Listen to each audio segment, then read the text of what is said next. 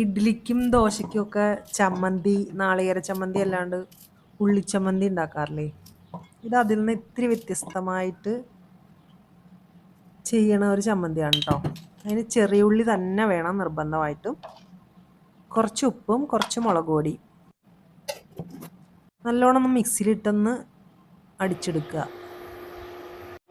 നല്ലോണം വല്ലാണ്ട് അരയണ്ട, എന്നാൽ അരയുകയും വേണം. അങ്ങനെ അതിന് ശേഷം വെള്ളമൊന്നും ചേർക്കരുത്, ആ ഉള്ളിയുടെ വെള്ളം കൊണ്ട് തന്നെ അരച്ചെടുക്കണം. അതിന് ശേഷം വെളിച്ചെണ്ണ ചൂടായിട്ട് അതിലേക്ക് ഇതിട്ട് നല്ലോണം ഒന്ന് വരട്ടി, എന്താ പറയുക, ചക്കയൊക്കെ വരട്ടണ പോലെ നല്ലോണം ഒന്ന് വരട്ടി എടുത്ത് കഴിഞ്ഞാലുണ്ടല്ലോ സൂപ്പർ ടേസ്റ്റാണ്.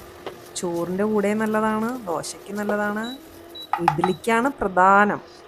ഉണ്ടാവും നല്ലോണം വരണ്ട്